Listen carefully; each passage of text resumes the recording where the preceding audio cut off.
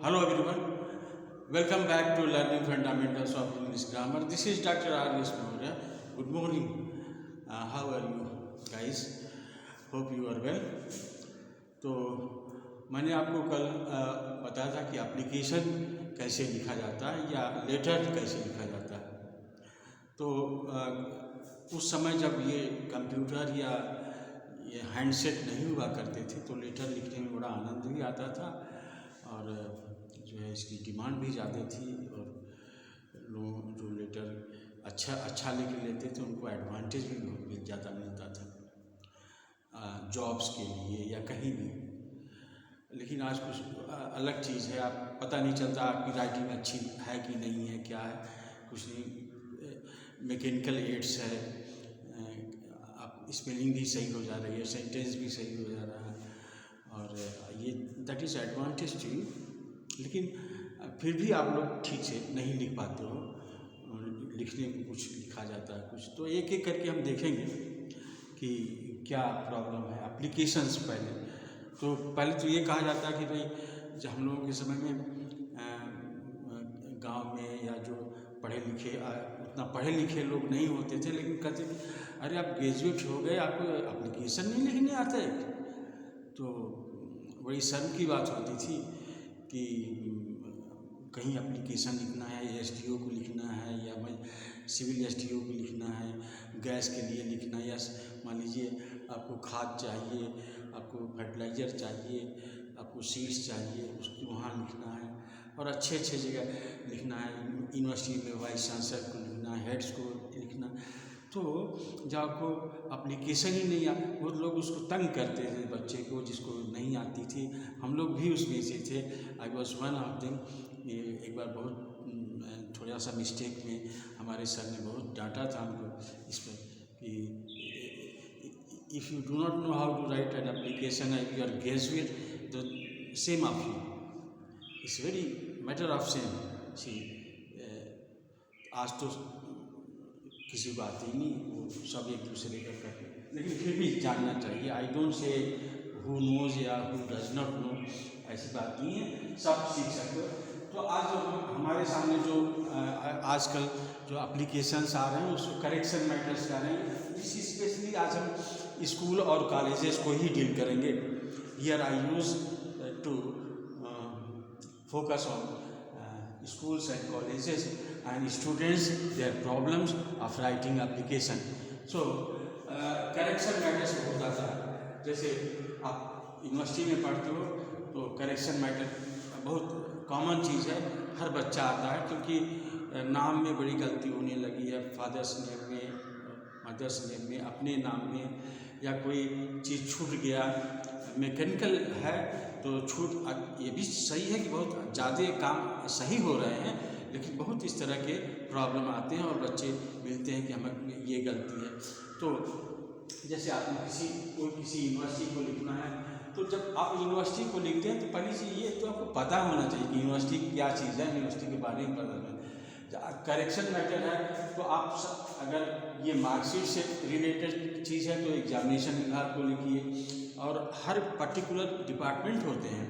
और this should be also taught to college students की university में जाकर दिखाना चाहिए। बहुत यहाँ पर लोग जो कुछ नहीं जानते, I am very sorry that students should be shown to university, और उससे दिखाना चाहिए कि ये कौन सा विभाग है, ये क्या विभाग है, इससे क्या होता है। तो ये चीज़ जैसे करेक्शन का मैटर है, और एप्लीकेशन आपको जो कंट्रोलर ऑफ एग्जामिनेशन को देना है और कहाँ से देना है, किसी कॉलेज से देना है, तो उसमें समझना चाहिए कि हम पहले एप्लीकेशन किसको लिखते हैं, प्रिंसिपल को लिखते हैं, और प्रिंसिपल जो है वो कहाँ फॉरवर्ड करता है, कंट्रोलर ऑफ एग्जामिनेशन के हैं। ठीक, मतलब इसको कहते हैं थ्रू लेटर।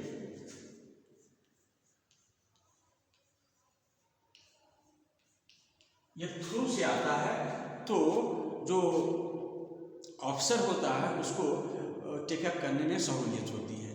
क्यों सहूलियत होती है?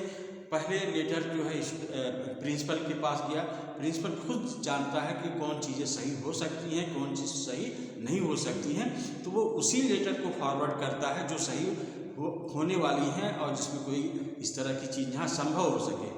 अच्छा, तो उसके जब उसको वो वेरीफाई करके जब वो फॉरवर्डेड करता है, वो फॉरवर्डेड करता है कहाँ पर, ऐसे ऐसे लिखा जाता है, forwarded to the controller of examination, controller of examination, ऐसे करके फॉरवर्ड करता है वहाँ पर। तो यहाँ पर सील प्रिंसिपल लगाता है, मुहर लगाता है। तो जो ये करने से क्या होता है, क्योंकि इससे जो है वो यूनिवर्सिटी को बहुत खुशी मिलती है। खुशी इन द सेंस मिलती है कि ये तो पहली चीज़ कि प्रिंसिपल ने इस एप्लीकेशन को पढ़ा होगा, गलती होगी तो अपने स्तर पर उसने सुधारा भी होगा, और फिर मेरे पास आया तो कंट्रोलर ऑफ एग्जामिनेशन जो है वो आँख मूंद के कर देता, भाई यहाँ ये चीज़ है, जेन्युइन चीज़ है, इसको सही किया जाए। और लेकिन यहाँ होता कुछ दूसरे ढंग से है, कुछ दूसरे ढंग से होता है। आप लोग सही ढंग से जाते नहीं, बच्चे अपने ही चले जाते हैं या किसी से लिखवा लिए, या आजकल लोग ध्यान भी नहीं देते कि अच्छा प्रिंसिपल को यही पता नहीं कौन चीज़ सही होना चाहिए कौन चीज़, क्योंकि controller of examination should hold a meeting of all the principal, जिसे बताना चाहिए उसको कि कौन सा चीज़ का हम करेक्शन कर सकते हैं, कौन संभव है कौन नहीं से। कल ही वर्कशॉप नहीं होता, तो इस ख्याल से कुछ यूनिवर्सिटी तो वर्स्ट हैं, उनको नहीं समझ में आता है, तो चलते रहता है। लेकिन ये प्रॉब्लम है, तो क्या कैसे लिखते हैं ये देखेंगे। ये थ्रू के द्वारा जाना चाहिए। कंट्रोलर ऑफ एग्जाम जैसे ऐसे लिखें, टू पहले लिखा जाता है, टू जैसे BHU बनारस हिंदू यूनिवर्सिटी, नहीं पहले तो लिखोगा to the controller of examination. To के बाद कोई कामा वगैरह नहीं पड़ता, बहुत सारे लोग कामा लगा देते हैं, बिल्कुल गलत है। टू के बाद कोई कामा नहीं लगता, कभी नहीं लगाइएगा, पहले भी नहीं लगता था, आज भी नहीं लगता। तो to the controller of examination,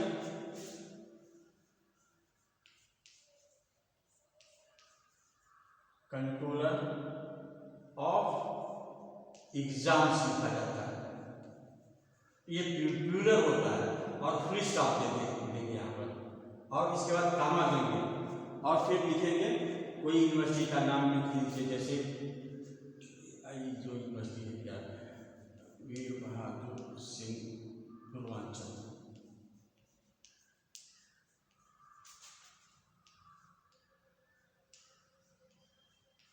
Purvanchal university.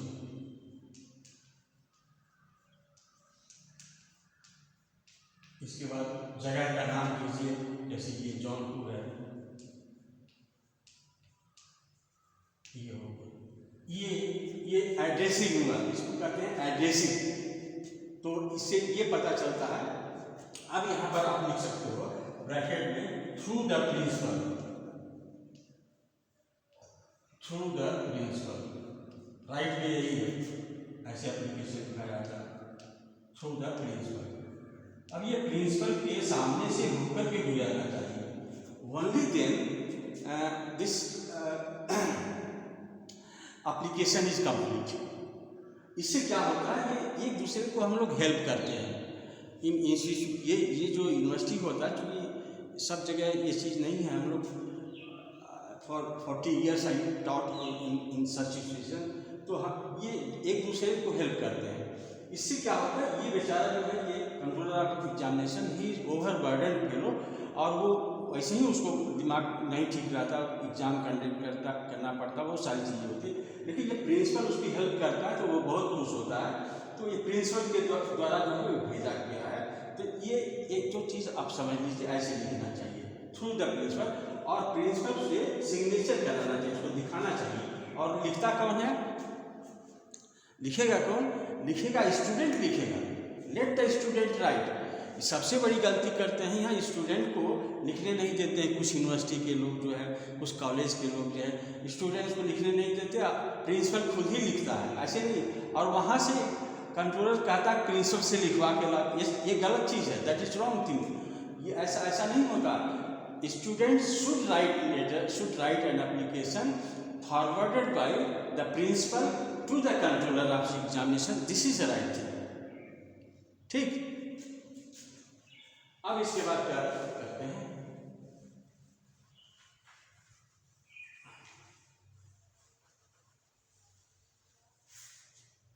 इसके बाद हम लिखते हैं सब्जेक्ट। सब्जेक्ट इसलिए लिखते हैं कि कंट्रोलर ऑफ एग्जामिनेशन जो उस बिग ऑफिस और उसमें बहुत से डिपार्टमेंट होते हैं, तो उसको सॉर्ट आउट करने में सहूलियत होती है। जैसे आपने कहा कि करेक्शन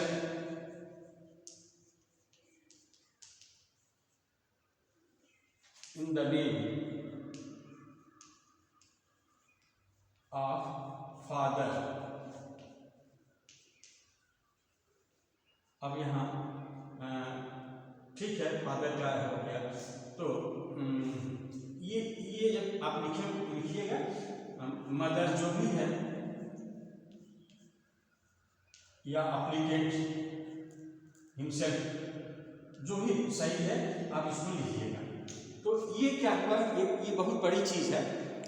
इसको इससे पता चल जाता है कि किस कैटेगरी का ये लेटर है, और वो जो है वहाँ उस कैटेगरी में डिवाइड हो जाता है। फिर इसके बाद आप लिखिए sir.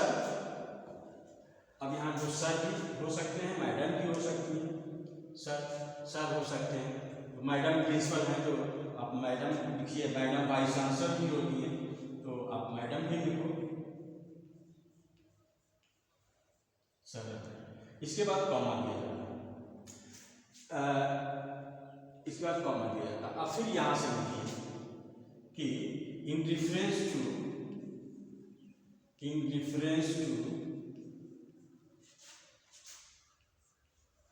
The subject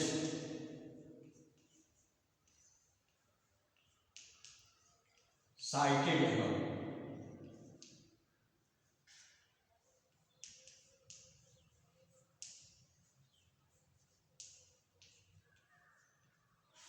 my name has spelled incorrect. My name has spelled incorrect. It is written here. अब it is written, आप जो लिखिए, जैसे लिखा प्रकाश, it is written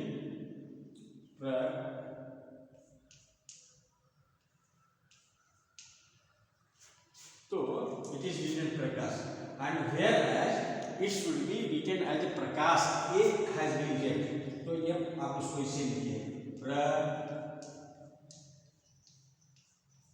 यहाँ यही छूटा हुआ है और ये इस तरह से, और इसमें लिख दीजिए ये इनकरेक्ट है और ये करेक्ट है।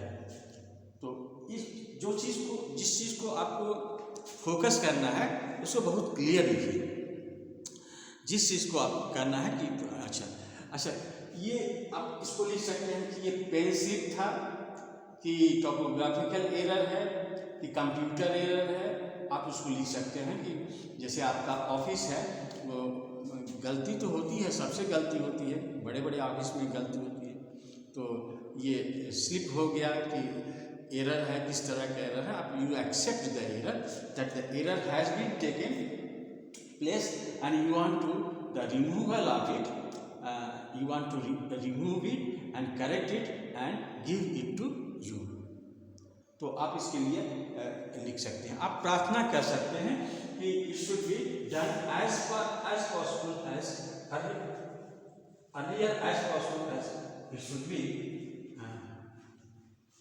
आप उससे प्रार्थना कर सकते हैं, रिक्वेस्ट कर सकते हैं। फिर पढ़े लिखे लोगों में लैंग्वेज का बहुत महत्व होता है। वर्ड्स बहुत अच्छा यूज़ कीजिए, पोलाइटनेस का यूज़ कीजिए। ये इसमें जो है पोलाइटनेस, विनम्रता से पेश आइए, क्योंकि गलती हुई है ठीक है, लेकिन ऐसा नहीं है कि गलती नहीं होती है, गलती होनी भी चाहिए। तो आप जाकर के you should not be rude, going there, you should this mistake is there from your office, this mistake has been done and you have not taken care this and that, आप बोलिए उसको। ऐसा नहीं करना चाहिए। ये बहुत पोलाइटली होना चाहिए। जनरली जो है वो अपना नॉर्म्स जमाने के लिए ऐसा करते हैं, that is absurd and the foolish people do it. तो ऐसा नहीं करना चाहिए। अच्छे लोग वहाँ पर कुर्सी में बैठे हुए हैं, जो वाइस चांसलर हैं या रजिस्ट्रार हैं या जो प्रिंसिपल होते हैं, कोई मामूली आदमी थोड़े होता है कि आप उसको तो करेक्शन ये मैटर्स जो है ये ऐसे होना चाहिए। पहले इससे पहले जो है वो स्टूडेंट खुद एप्लीकेशन लिखे and should take it to the principal and let the principal read it, correct the application and forward it to the controller of examination. चाहे जिस माध्यम से जाए वो माध्यम तो डिपेंड करता है वहाँ के इंस्टीट्यूशन से और वहाँ के और इससे जो है उनका करेक्ट हो सकता है।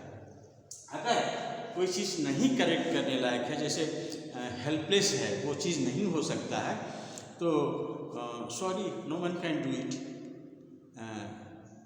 आप थोड़ा अगर थोड़ा सा गलती है तो आप उनसे रिक्वेस्ट कर सकते हैं।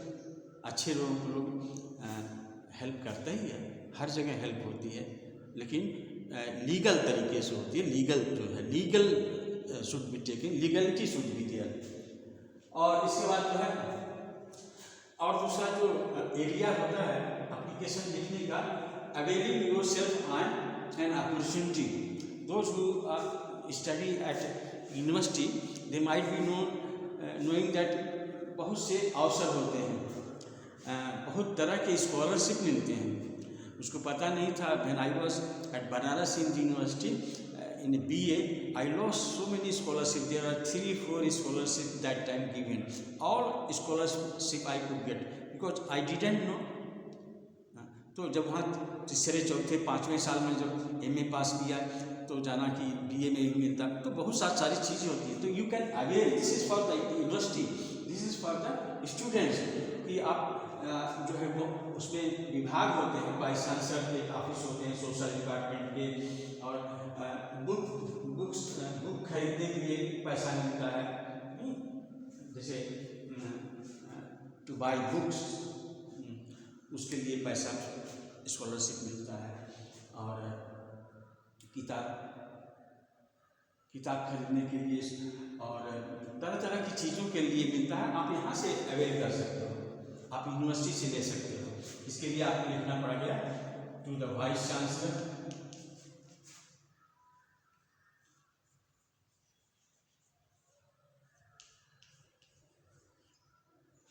जो भी यूनिवर्सिटी है सब करें, नागालैंड यूनिवर्सिटी,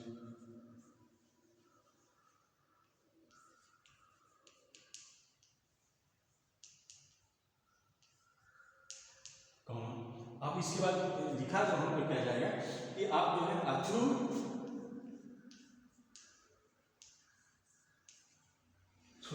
थ्रू हो सकता है, कोई डीन हो सकता है, डीन,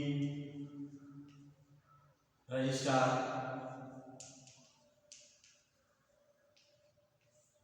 आर्ट्स फैकल्टी, कुछ फैकल्टी, इसके थ्रू आप भेजिए वाइस चांसलर को। तो अब यहाँ पर सब्जेक्ट लिखिए, scholarship for books, scholarship for books, उसमें लिखा रहता है स्कॉलरशिप फॉर बुक्स। बड़े बड़े यूनिवर्सिटीज़ में आप पढ़िएगा तो उसमें सब लिखा रहता है, तो आप वो भी चीज़ अवेल कर सकते हैं। Availing of yourself an opportunity, sports के लिए मिलता है, किताब के लिए मिलता है, ड्रेस के लिए मिलता है। यूनिवर्सिटी में बहुत पैसा होता है, आप उसके लिए अवेल कर सकते हैं। एप्लीकेशन आपको लिखना आना चाहिए। तो एप्लीकेशन फॉर जॉब, ये तो दूसरा मैटर हो गया। एप्लीकेशन फॉर जॉब्स में आप जो कंसर्न लोग होंगे उनसे आप उनको एड्रेस करके लिखा जा सकता है, जैसे to the manager, to the manager,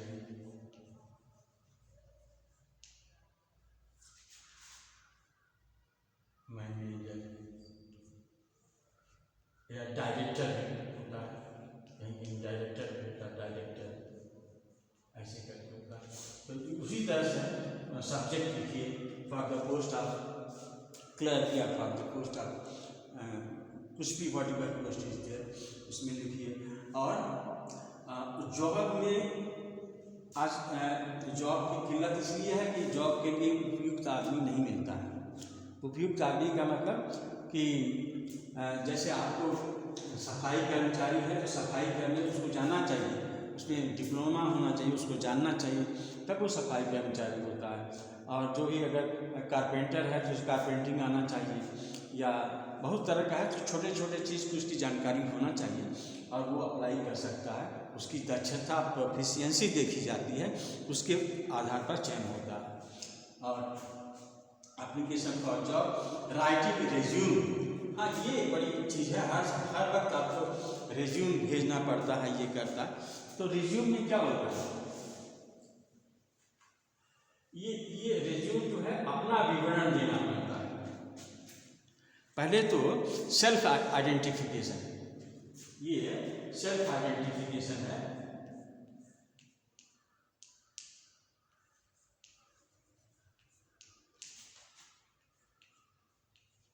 इसमें आपको करना है कि आप क्या हैं इसको दर्शाना पड़ता है। और how you are fit for this job, आप जो है in what way you are suitable to this job, यही चीज़ आपको दिखाना पड़ता है। रेज्यूम में जब आप रेज्यूम लिखते हो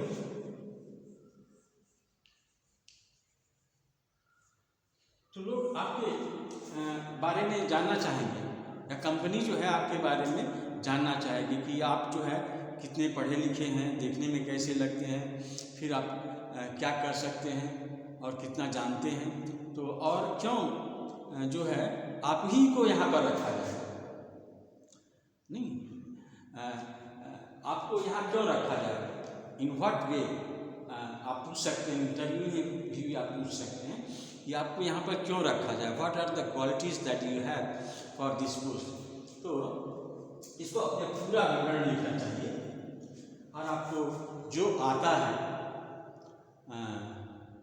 और जो उसके लिए उपयुक्त है आप उसको दर्शाने की कोशिश कीजिए। बाकी तो इंटरव्यू होता ही है, वो सब कुछ देख लेगा। अगर पढ़े लिखे हैं तो आप जान जाएगा कि आप पढ़े लिखे हैं। तो आजकल जो है वो थोड़ी सी जानकारी से बहुत सारी चीज़ की जानकारी हो जाती है। तो आप अपना सेल्फ आइडेंटिफिकेशन दीजिए, क्या कितना पढ़े हैं, क्या करना है, उसमें लाइक्स आप चाहते क्या हैं।